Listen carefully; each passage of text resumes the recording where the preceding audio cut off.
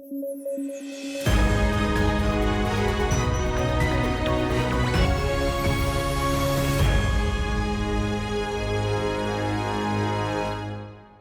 News at 9 programme में आपका स्वागत है। मैं हूं अमृत उपाध्याय। आइए जल्दी से देखें आज के हेडलाइंस। आरक्षण पर सुप्रीम कोर्ट का बड़ा फैसला, अपने ही फैसले को पलटा, कोटे के भीतर कोटा को दी मंजूरी। अर्थ ओवरशूट डे आज, पर्यावरण दिवस के मौके पर की जाती है इस दिन की घोषणा। पृथ्वी की रीजेनरेट क्षमता से ज्यादा खर्च हुए संसाधन। और rules of the rights of persons with disabilities act RPWD act of 2016 में संशोधन का ड्राफ्ट पेश। सर्टिफिकेट मुहैया कराने में बरती जाएगी सख्ती। कलर कोडेड UDID का किया गया प्रावधान।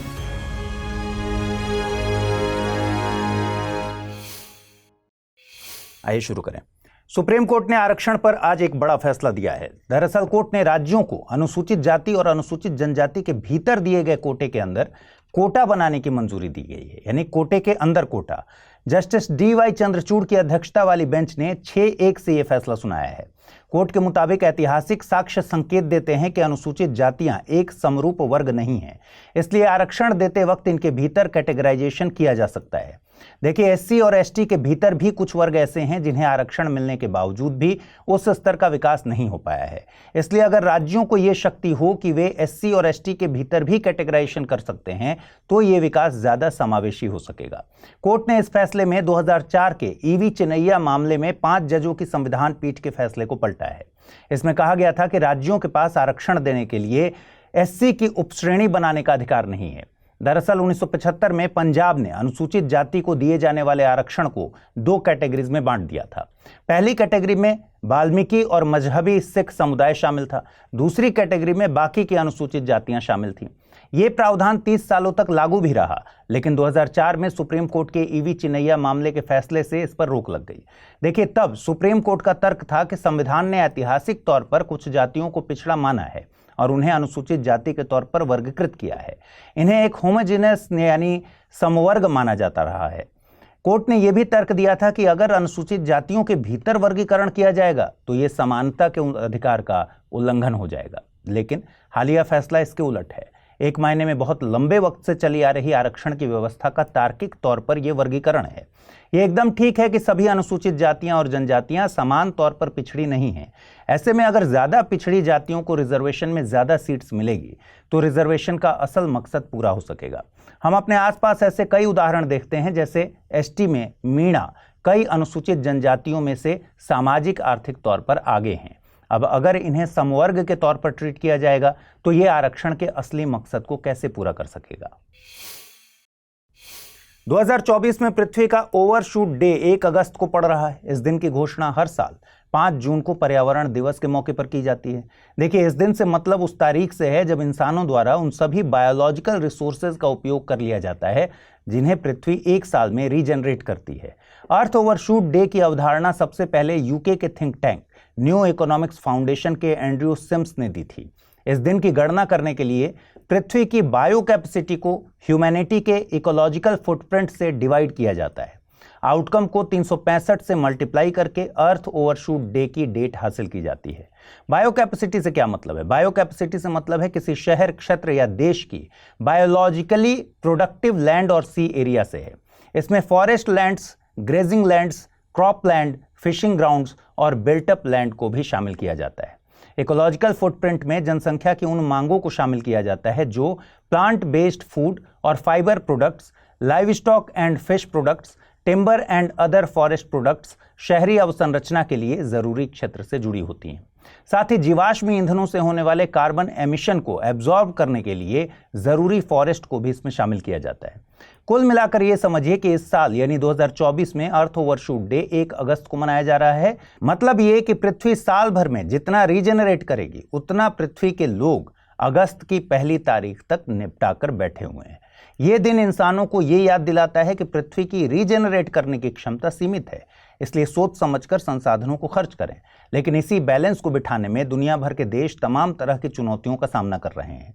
भारत की ही बात कर लें तो यहाँ बढ़ती जनसंख्या है, तेजी से हो रहा शहरीकरण है, भारत पानी की कमी का सामना कर रहा है, जलवायु परिवर्तन से जुड़ी तमाम तरह की समस्याएं भारत में हैं।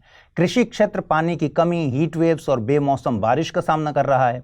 बाढ़ और सूखा जैसी आपदाएं न केवल अवसंरचना को प्रभावित कर रही हैं बल्कि अर्थव्यवस्था को भी नकारात्मक तौर पर प्रभावित कर रही हैं। हीट स्ट्रेस के चलते भारत में जॉब्स में भी कमी आ रही है। इन चुनौतियों से निपटने के लिए सरकार national clean energy fund, national water mission, प्रधानमंत्री कृषि सिंचाई योजना, प्रधानमंत्री फसल बीमा योजना और मनरेगा जैसी योजनाओं पर काम कर रही है। हिंदी माध्यम से यूपीएससी की तैयारी करते हैं आप, तो क्या स्टडी IQ-IAS हिंदी के प्रतिज्ञा प्रीलिम्स टू इंटरव्यू बैच यानी P2I बैच के बारे में जानते हैं? देखिए, प्रतिज्ञा P2I बैच में आपको 1000 घंटों से ज्यादा की live classes, 1-to-1 mentorship, SIP crash course, daily current affairs और CSET क्लासेस आदि तो मिलती ही। साथ ही सबसे बड़ी सुविधा के तौर पर आपको मिलती है प्रीलिम्स पास करने पर 1 साल की एक्सटेंडेड वैलिडिटी के साथ फुल फीस वापसी की गारंटी और निःशुल्क आवासीय सुविधा।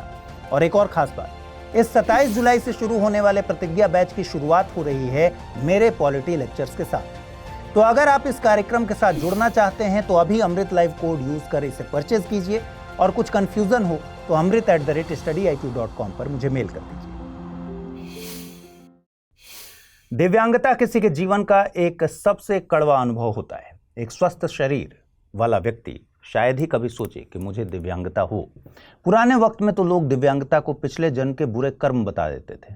वक्त बदला, लोगों की सोच में परिवर्तन आया और दिव्यांग व्यक्तियों को समाज की मुख्यधारा में लाने के प्रयास होने लगे। इसके लिए दिव्यांग लोगों को रिजर्वेशन दिया जाने लगा कि लोग अपने जीवन को गरिमापूर्ण तरीके से जीने के लिए जॉब हासिल कर सकें। लेकिन ये कुछ लोगों को सफल होने का शॉर्टकट दिखाई दिया और उन्होंने दिव्यांगता के फर्जी सर्टिफिकेट बनवाने से भी गुरेज नहीं किया। हाल ही में एक ऐसा मामला आया था, IAS अधिकारी पूजा खेड़कर के मामले में ये देखने को मिला था। उन्होंने फर्जी दिव्यांगता सर्टिफिकेट के जरिए सिलेक्शन ले लिया।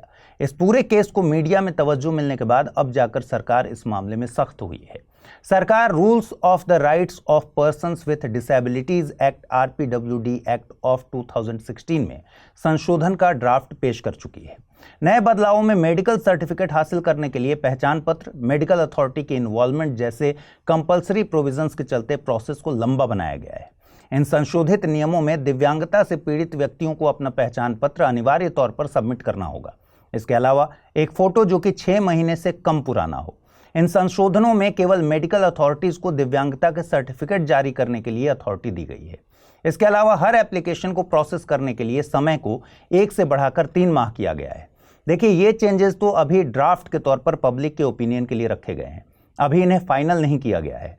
लेकिन दिव्यांगता के क्षेत्र में काम करने वाले एक्टिविस्ट्स मानते हैं कि इससे फर्जी दिव्यांगता सर्टिफिकेट पर शायद ही रोक लगे। लेकिन वास्तविक तौर पर इस सर्टिफिकेट के जरूरतमंद लोगों को जरूर चुनौतियों का सामना करना होगा। बीते साल सरकार ने सभी दिव्यांगजनों के लिए UDID कार्ड को अनिवार्य किया था। UDID का मतलब है एक यूनिक डिसेबिलिटी ID कार्ड, जिसे ministry of social justice and empowerment के department of empowerment of persons with disability के द्वारा जारी किया जाता है। इसका मकसद दिव्यांगता से ग्रसित लोगों का एक राष्ट्रीय स्तर पर डेटाबेस तैयार करना है। नए संशोधनों में सरकार ने दिव्यांग लोगों के लिए कलर कोडेड UDID का प्रावधान किया है।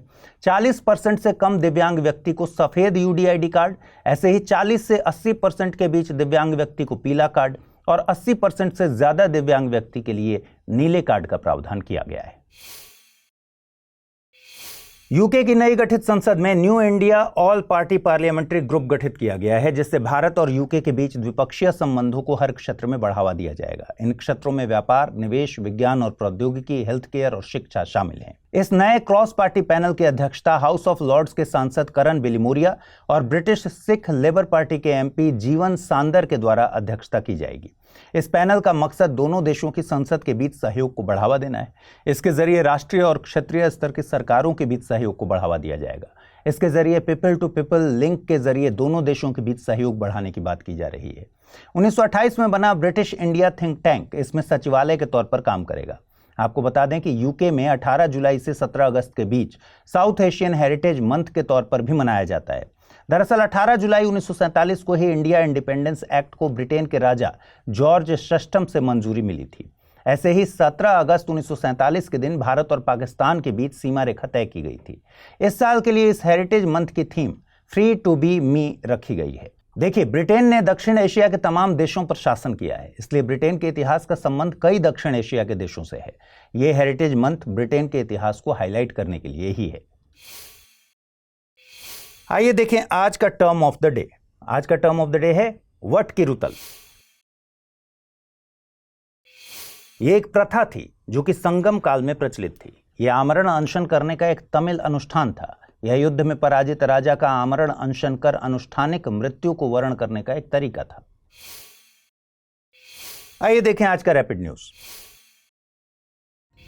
पीएम प्रणाम योजना के संदर्भ में केंद्रीय रसायन एवं उर्वरक राज्य मंत्री अनुप्रिया पटेल ने राज्यसभा में जानकारी प्रस्तुत की। यहां पीएम प्रणाम से तात्पर्य है PM program for restoration awareness generation nourishment and amelioration of mother earth से है।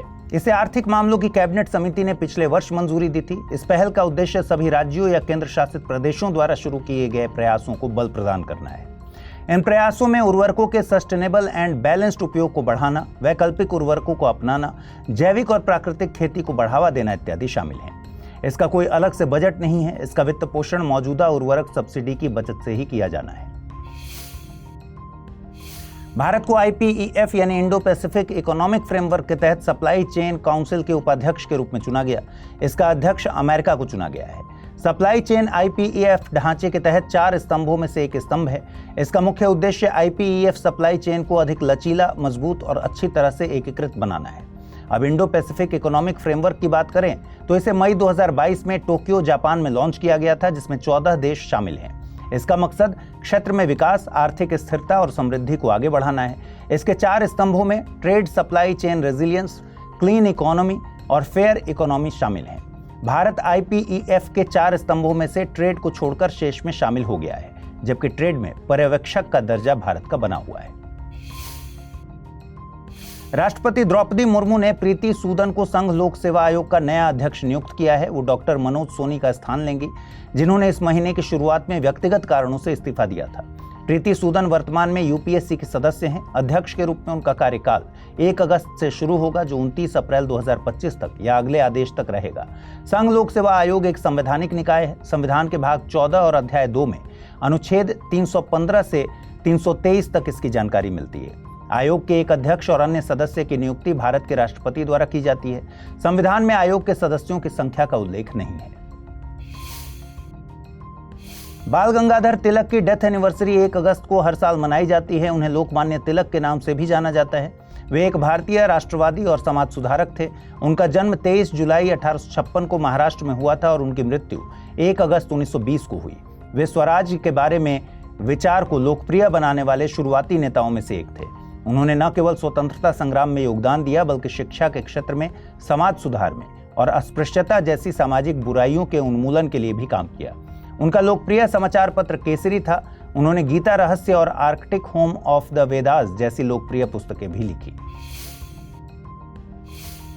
वित्त वर्ष 2024-25 की पहली तिमाही में खनिज उत्पादन में वृद्धि दिखाई दे रही है। जारी हुए आंकड़ों के अनुसार भारत दुनिया में दूसरा सबसे बड़ा एल्यूमिनियम उत्पादक, तीसरा सबसे बड़ा चूना उत्पादक और चौथा सबसे बड़ा लौह अयस्क उत्पादक है। लौह अयस्क और चूना पत्थर के उत्पादन में निरंतर वृद्धि स्टील और सीमेंट में मजबूत मांग की स्थिति को दर्शाती है। एल्यूमिनियम में यह वृद्धि ऊर्जा, बुनियादी ढांचे, निर्माण और मशीनरी जैसे क्षेत्रों में निरंतर मजबूत आर्थिक गतिविधि की ओर इशारा करती है। पेरिस ओलंपिक 2024 से भारत के लिए एक अच्छी खबर निकल कर आ रही है। भारत के शूटर स्वप्निल कुसाले ने ब्रॉन्ज मेडल जीता। उन्हें यह मेडल पुरुषों की 50 मीटर राइफल 3 पोजीशन में मिला है। इसी के साथ भारत की इसमें मेडल संख्या 3 हो गई है। आइए देखें आज के बुलेटिन पर आधारित क्या प्रश्न बन सकते हैं। पहला सवाल है, पीएम प्रणाम योजना के संबंध में निम्नलिखित कथनों पर विचार कीजिए। यह योजना केंद्रीय रसायन एवं उर्वरक मंत्रालय के तहत है। इसके तहत उर्वरकों के सस्टेनेबल एंड बैलेंस्ड उपयोग को बढ़ावा दिया जाता है। उपर्युक्त में से सही कथन या कथनों का चुनाव करना है। केवल एक, केवल दो, एक और दो दोनों, न तो एक न ही दो। अगला प्रश्न है, हाल ही में प्रीति सूदन को संघ लोक सेवा आयोग का नया अध्यक्ष नियुक्त किया गया है।